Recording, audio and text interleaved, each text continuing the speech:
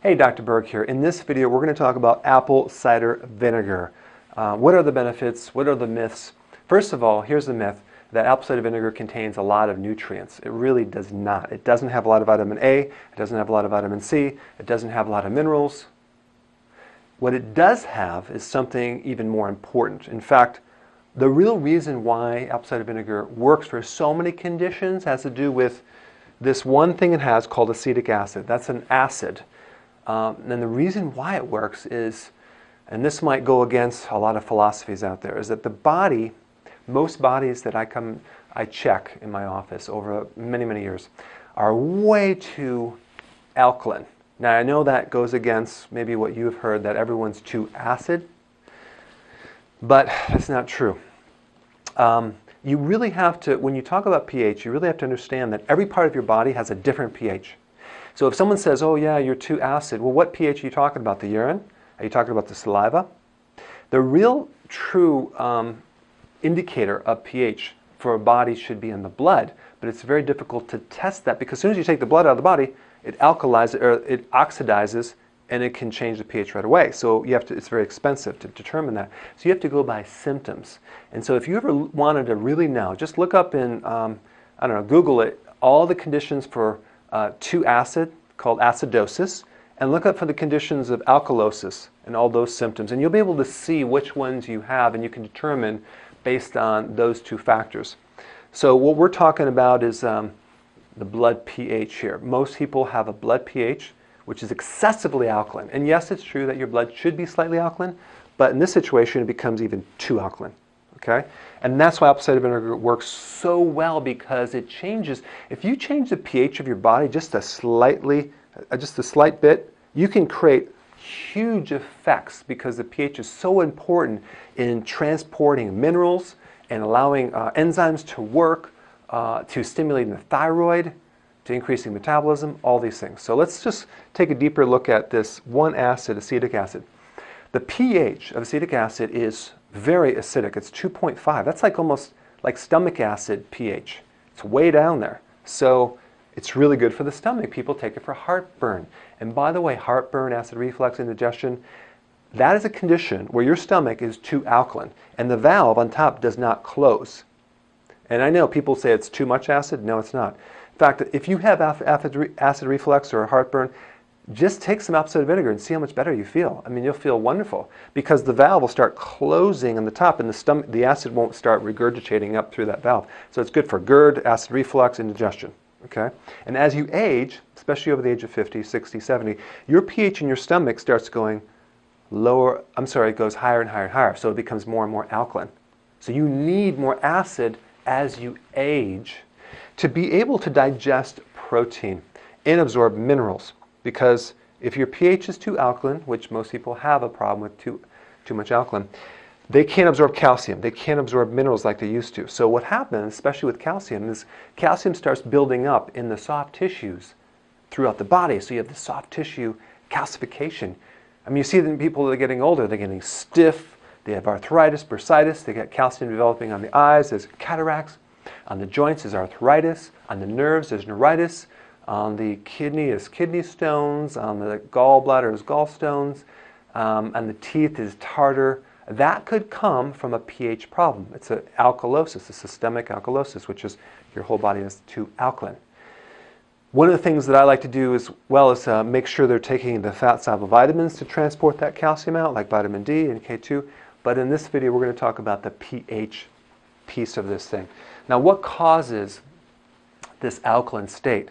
It has to do with this, in this book, it's called Sibylla Encyclopedia of Endocrinology, Volume 4, Frank Netter, MD. This is one of the main books that is used in medical schools, and it's a great physiology book to help you get some of the facts on how the body works. So right here, if you look on the page that talks about high cortisol, that's the stress hormone, high stress, high cortisol, causes alkalosis. It makes your body too alkaline.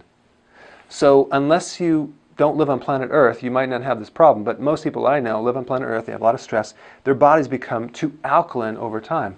The worst thing you could do is start drinking alkaline waters. Now, it's okay to drink water that's already alkaline, but don't try to alkalize it to an 8 or a 9 or because you're going to make your body worse. And then you won't be able to absorb calcium and things like that. So with adrenal, like stress and high cortisol, you become too alkaline and you lose this little thing called H+. So if you ever taken chemistry, you'll notice that H plus is an acid. So in other words, the adrenal causes you to lose acid through the urine and become too alkaline. So here's all the effects that stress can create. An alkaline body, which then blocks calcium. So you have all this calcium that plugs up everything, but it's unavailable to you, so you start getting the twitch on the left eye. You ever notice when people get stressed, they start twitching? Do you know why that is? Because it changes the pH, and the person can't absorb calcium. So then, this is a calcium deficiency. So you could take calcium, but if the pH isn't right, it won't work. The best thing to do if you have that twitch is to drink apple cider vinegar. Boom, drop the pH to make more acidic. The calcium gets mobilized, and the twitch goes away. Cramping in the calf. Apple cider vinegar is the best thing to mobilize the calcium and get rid of cramping in your calves. Nerve pain, neuritis, especially like migrating pain with arthritis that maybe it'll move from this joint to this joint to this joint. Oh my gosh, give them a little apple cider vinegar, they are happy. So with stress, you become too alkaline, you lose acid, and you lose potassium. And the only reason I'm bringing up this potassium, which is a little extra thing, is that alkaline bodies tend to have a potassium loss. And then when you lose potassium, you actually make the person more alkaline. So they kind of work together. People say, well, drink apple cider vinegar to increase your potassium.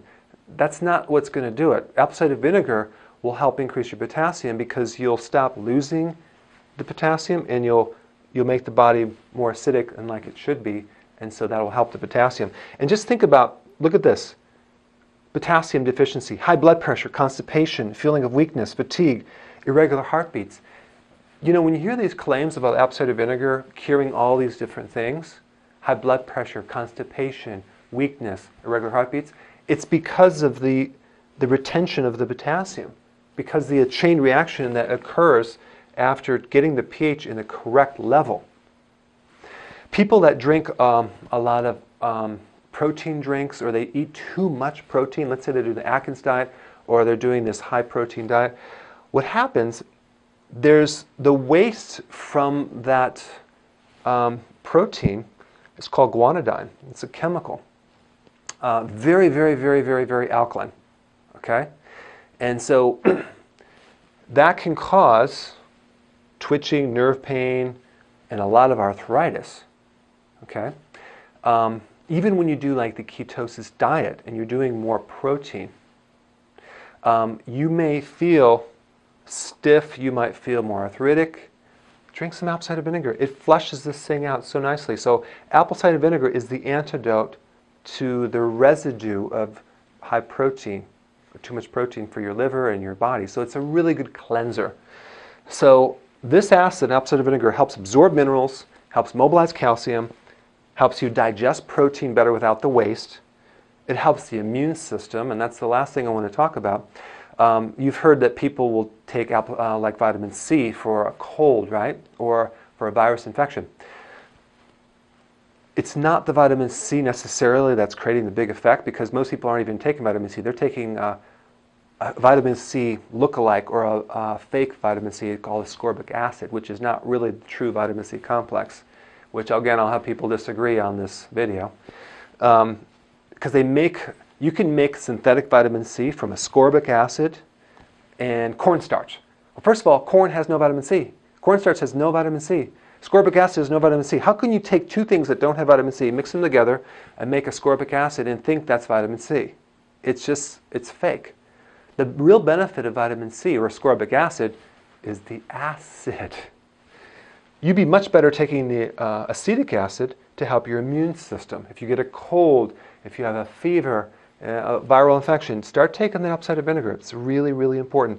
So these are the true benefits of apple cider vinegar, because it acidifies an alkaline body. So in the next section, I'm just going to show you a little concoction that I make and I drink on a regular basis. Okay, so let me show you how to make this. This is in my book, chapter 10. It's called the cranberry drink. It should be called the apple cider vinegar drink. Very simple, and you really should try this because it will help you lose weight. If you drank one of these before you ate 3 times a day, you would lose a lot more weight because it stimulates the thyroid and it acidifies the stomach. The only thing that I would recommend if you have a very slow metabolism is you may want to omit the cranberry juice. So you get the Bragg's apple cider vinegar. I like this the best. And simply a teaspoon in some water. Actually do 2. 2 teaspoons in the water before each meal.